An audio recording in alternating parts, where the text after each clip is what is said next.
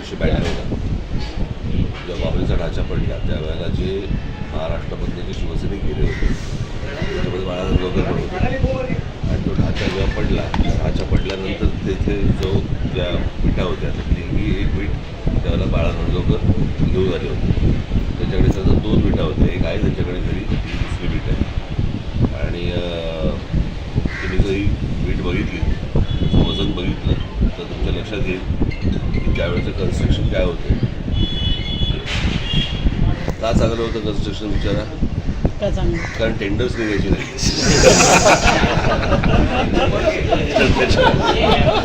त्याच्यामुळे हातामध्ये मी देतो, तुम्ही याचं वजन करून बघा.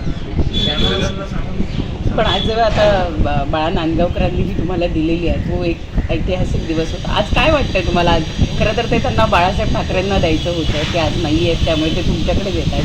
काय वाटलं आज तुम्हाला जेव्हा त्यांनी हे दिलं तुमच्या हातात, ही वीट दिल्यावर? ते हा तर ढाचा पाडल्याचा पुरावा आहे.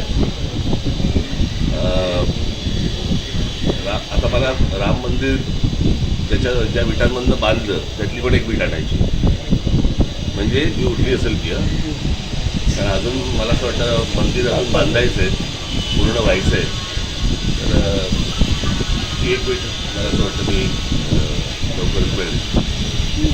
आज बाळासाहेब नाही आहे परंतु त्यांचं स्वप्न पूर्ण झालं आहे आणि त्यावेळीचं म्हणजे बाळा नांदगावकरांनी मनात प्रण केला होता की मी देईन आणि ती आज तुमच्याकडे दिलेली आहे. आज बाळासाहेब असते तर त्यांना काय वाटतं? खूप आनंद झाला असता. आनंदात काय म्हटले असते? असं काय म्हणत